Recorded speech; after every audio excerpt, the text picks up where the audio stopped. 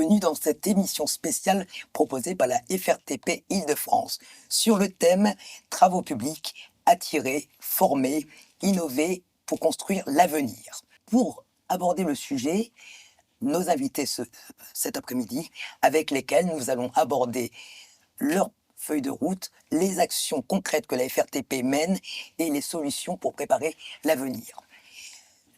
Jean-Jérôme Gazeau, bonjour. Ma première question est pour vous. Vous êtes président de la commission sociale. Est-ce que vous pouvez nous faire un tour d'horizon rapide de la situation en Île-de-France ? La situation, on peut parler de situation au niveau déjà du recrutement sur la partie sociale. Les recrutements sont particulièrement compliqués, même si on peut se dire qu'en Île-de-France, on a un vivier relativement important. On évoque 2/3 des recrutements qui seraient en souffrance. Est-ce que vous validez ce chiffre-là ? C'est effectivement un chiffre qui est retenu aujourd'hui, qui est tiré d'une enquête qui a été faite en 2024. Et 2/3 de recrutement particulièrement difficile sur les environ 4000 postes aujourd'hui qui seraient à pourvoir, effectivement. Alors sur tous les statuts, on parle de statuts ouvriers, comme des techniciens de maintenance, comme effectivement les cadres même supérieurs. Donc on a aujourd'hui, on sait identifier notre problématique aujourd'hui, cette difficulté de recrutement. Pourquoi elle existe ? Parce que dans le métier, il faut savoir déjà attirer, hein, c'est le thème aujourd'hui de cette table ronde, mais pour pouvoir attirer, il faut avoir les viviers suffisants, il faut avoir les bonnes formations, les bonnes compétences, et c'est un métier sur lequel effectivement on multiplie les difficultés parce que chaque poste est presque spécifique chez nous. Une entreprise, une agence de travaux, typiquement en Île-de-France, c'est combien de métiers différents ?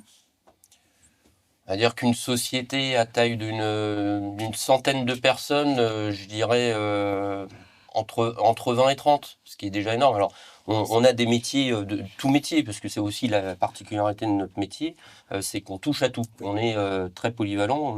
Donc des profils très spécifiques, propres. Voilà, il y a de l'opérationnel, mais il y a aussi toutes les fonctions transverses, comptabilité, RH, finance, même je pense à l'atelier, la mécanique, hein, qui fait partie aussi de notre métier. Et être spécifique rend la tâche plus difficile par rapport à ces problématiques de recrutement. Donc, au début de l'action, il y a l'attractivité. Comment votre commission travaille sur ce sujet ? Alors pour comprendre effectivement pourquoi l'attractivité, parce que c'est un des points importants que l'on souhaite travailler, faut se dire déjà que le métier, on aime à y être. Il y a peu de turnover, les gens se sentent déjà bien parce qu'on sait les accompagner, notamment sur la partie sociale. On verra tout ce que vous mettez en place. Et voilà, et tout ce qu'on met en place est tourné vers cet accompagnement sur la partie sociale. On a déjà fait des vidéoconférences pour on va dire distiller ce qu'on sait faire. Voilà, les services déjà qu'offrent les entreprises, mais aussi qu'offrent des organismes liés à la fédération, type APAS BTP, type Pro BTP, qui vont sur des services à la personne qui sont aux salariés, mais aussi aux familles de salariés, aux futurs ou aux jeunes retraités, etc., sur des sujets et des domaines qui peuvent être de la santé, de l'hygiène, des loisirs, des vacances, etc., etc. D'accord, on reviendra sur ces côtés positifs et qui peuvent justement contribuer à attirer les jeunes talents. Est-ce que la féminisation, qui est, à mon avis, peut progresser dans vos métiers, dans vos entreprises, est également un sujet qui mobilise votre commission ? On a monté un groupe de travail sur ce sujet-là, et souvent les freins, c'était, je vais oser le dire, mais les freins, c'était plutôt les préjugés de la direction qui faisaient que les femmes étaient moins acceptées dans nos métiers, mais quand elles sont intégrées aux équipes, les équipes savent les accueillir. Elles peuvent être conductrices travaux, chef d'équipe, chef de chantier, géomètre ou conductrice d'engin. Ce groupe s'est attaché effectivement à voir quelles étaient les actions qui pouvaient faire en sorte que l'état d'esprit des jeunes, donc notamment par des visites de collégiens et de collégiennes sur nos chantiers, pouvait changer. Donc ces jeunes qui sont venus, ils voyaient un chantier sur lequel une femme avait un rôle sur le chantier, une ou plusieurs d'ailleurs. Et quand je vous parle de collégiens, collégiennes, c'est parce que on s'aperçoit que dès le plus jeune âge, pratiquement, alors là je m'arrête aux collégiens, collégiennes, mais ça devrait presque être tout petit, on doit s'occuper effectivement d'être à l'écoute et à l'éveil de nos enfants, tout simplement, pour dire, mais voilà, soyons fiers de ce qu'on fait chaque jour, soyons fiers de tous nos métiers, la diversité de nos métiers chaque jour. C'est un métier où on peut être rapidement responsable et autonome. Profitons-en, c'est ça qu'il faut transmettre. L'ascenseur social, qui est un des marqueurs de la profession, fonctionne-t-il encore aujourd'hui? Alors c'est vrai que j'en ai pas parlé, j'aurais pu le mettre dans tous les critères d'attractivité, mais c'est un des sujets effectivement qui peut être amené à faire réfléchir nos jeunes, réfléchir ceux qui veulent rentrer dans le métier, parce que ceux qui veulent même changer de métier, on peut le savoir, enfin, les former en interne, et l'ascenseur social fonctionne. C'est un des, je pense, des rares métiers encore maintenant où effectivement on peut gravir les marges d'ouvrier à chef d'équipe, chef de chantier, conducteur travaux, etc., jusqu'à peut-être être patron après de son entité. Donc, un métier d'avenir, ouvert à tous.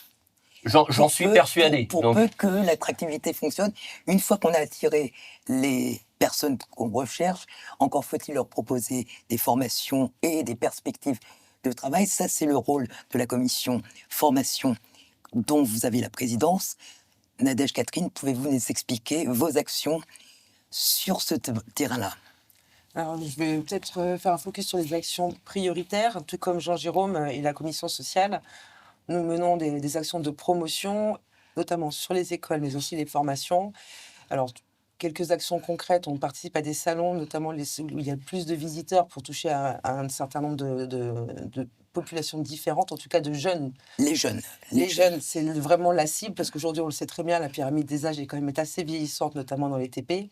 Donc, on participe notamment au Salon des jeunes d'avenir, l'avenir des jeunes, dédié à l'emploi et la formation, où ça rassemble aujourd'hui à peu près 5000 visiteurs, 150 exposants, ou également à la fête des métiers et de l'alternance, donc, qui est à Montreuil tous les mois de mai, de chaque année, où effectivement, là aussi, la FRTP, en tout cas, est présente pour pouvoir faire la promotion. La cible, c'est le collégien? C'est jusqu'à 30 ans. Jusqu'à 30 ans, oui, voilà. donc... On est jeunes quand même assez... D'accord. Est-ce que vous avez des retours et des résultats qu'on pourrait partager sur cette action-là? Alors, notre objectif premier, c'est de faire vraiment la promotion des métiers et des centres de formation. On distribue même des guides des écoles, où on présente l'ensemble des écoles qui sont présentes en Île-de-France. On récolte également des CV pour nos entreprises.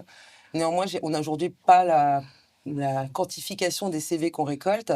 C'est des actions qui sont vraiment sur la promotion. Néanmoins, on sait très bien que même si on arrive aujourd'hui à remplir nos centres de formation et à communiquer sur nos métiers, on est encore loin des attendus. En tout cas, il y a encore des choses à mener sur ce sujet. Et que pour le moment, c'est difficile de quantifier l'efficacité de ces opérations. Il faut les faire, exactement. Mais on va dire que c'est plus du ressenti que des réalités. Parce qu'il y a encore 4000 postes aujourd'hui à pouvoir. C'est qu'on mène énormément de choses, mais effectivement, je pense qu'il y a encore des choses à faire. Alors, en communiquant, en renforçant notre présence sur les forums, mais pas que. Je pense qu'il faut aller un petit peu plus loin par la suite.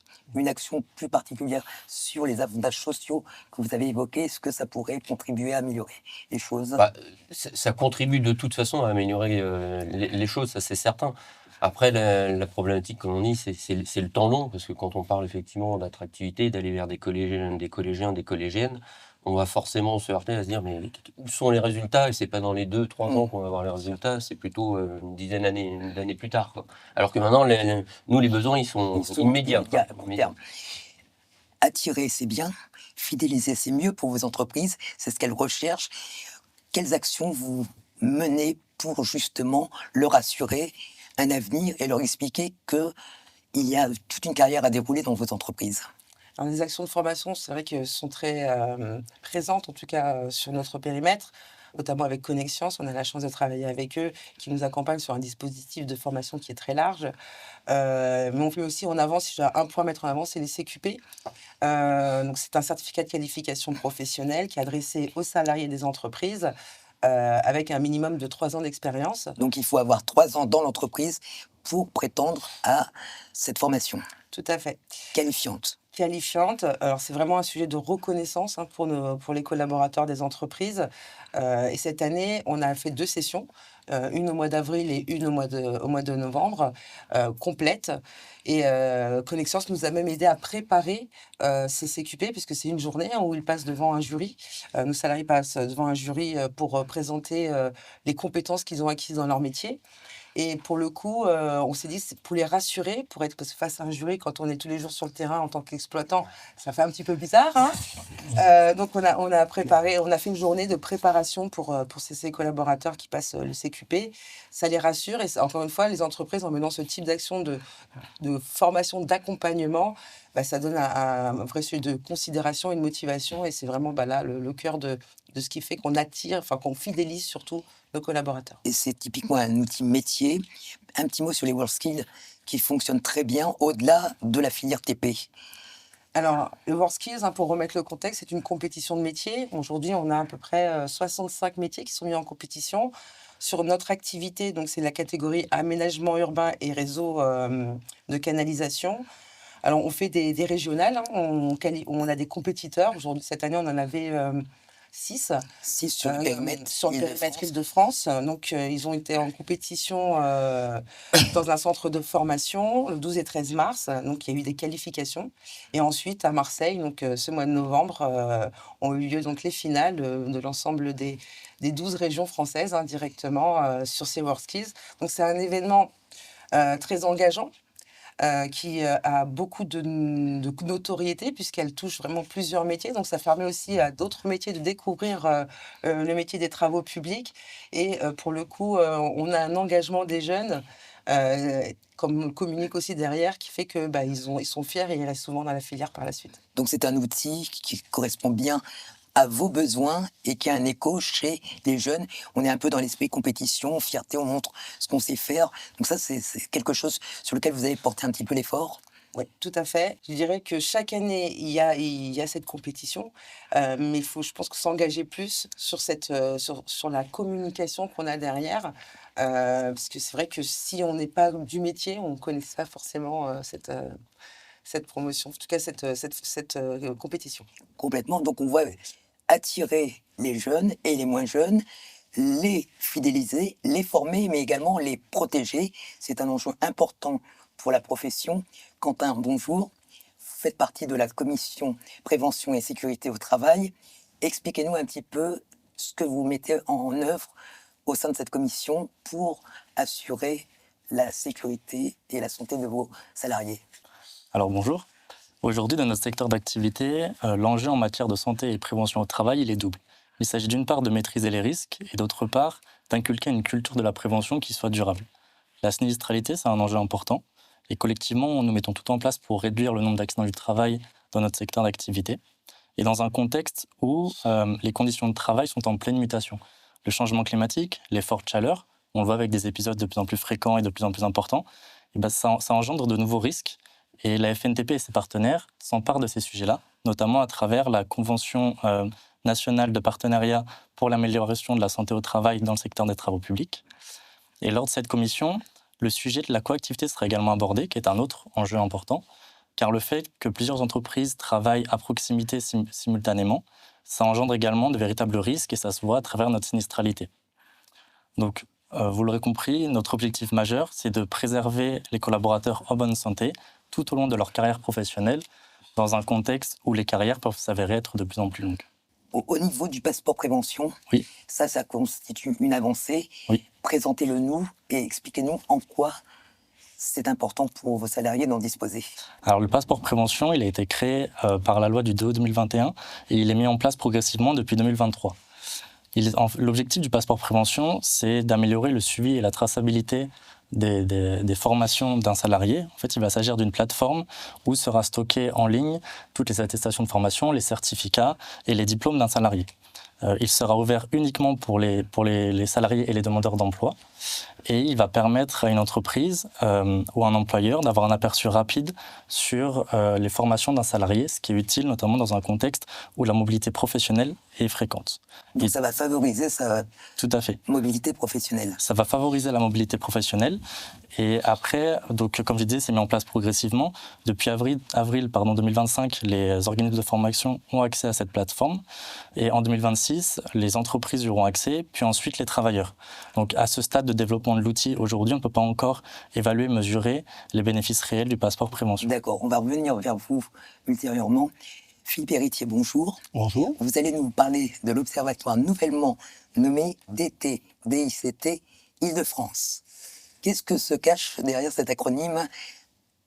Alors, l'Observatoire reste toujours l'Observatoire qui suit de près la réglementation anti-endommagement. Il a été créé donc en 2002. Il comprend une petite trentaine de membres et donc regroupe tous les acteurs liés de près ou de loin à la réglementation.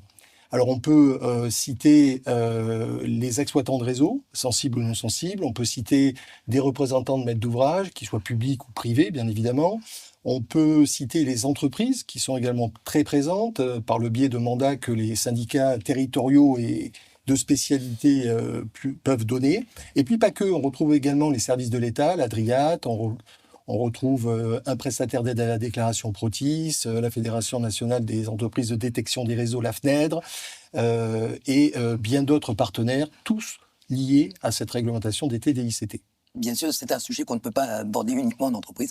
On est dans une filière C'est professionnelle et une avec- enceinte de réflexion collective qui permet, si vous voulez, de fédérer un peu tous ces acteurs. Pour être autour plus de la concret, réglementation. est-ce que vous pouvez nous expliquer en 3 mots les principaux risques lors d'un dommage sur réseau?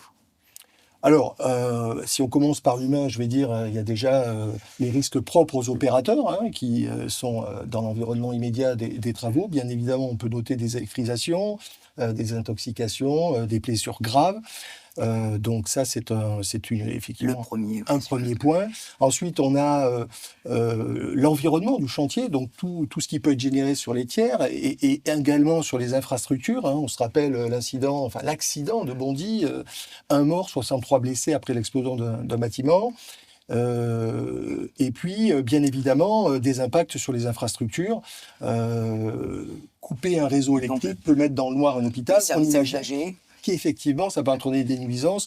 Une fibre optique qui peut-être pas très sensible, elle peut effectivement engendrer une perte de communication pour des services publics. Donc c'est effectivement assez contraignant. Après, il y a le côté environnemental. On l'oublie de temps en temps. Une pollution des sols, éventuellement, une pollution de l'air.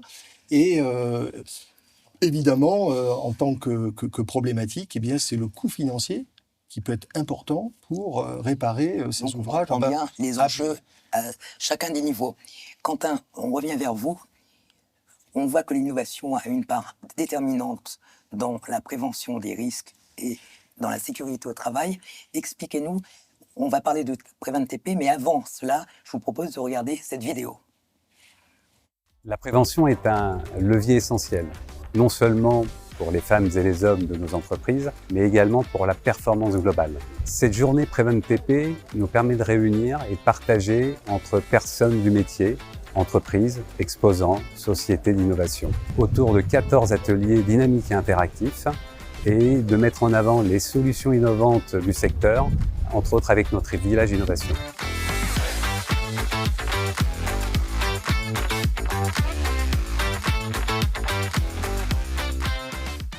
Quentin, expliquez-nous ce qui a prévalu à cet événement. C'est Alors, une première, Oui, c'est une première. créée à l'initiative de la FRTP Île-de-France. Et de l'OPPBTP Île-de-France, tout à fait. D'accord, ensemble. Voilà. Alors l'objectif de cette journée, il était double. D'une part, c'était de sensibiliser les participants aux principaux risques de nos métiers. Et d'autre part, c'était de faire découvrir les innovations qui sont mises au service de la prévention, notamment l'intelligence artificielle. Donc le 25 juin dernier, nous avons proposé à nos visiteurs 14 ateliers interactifs et un village innovation composé de 20 exposants.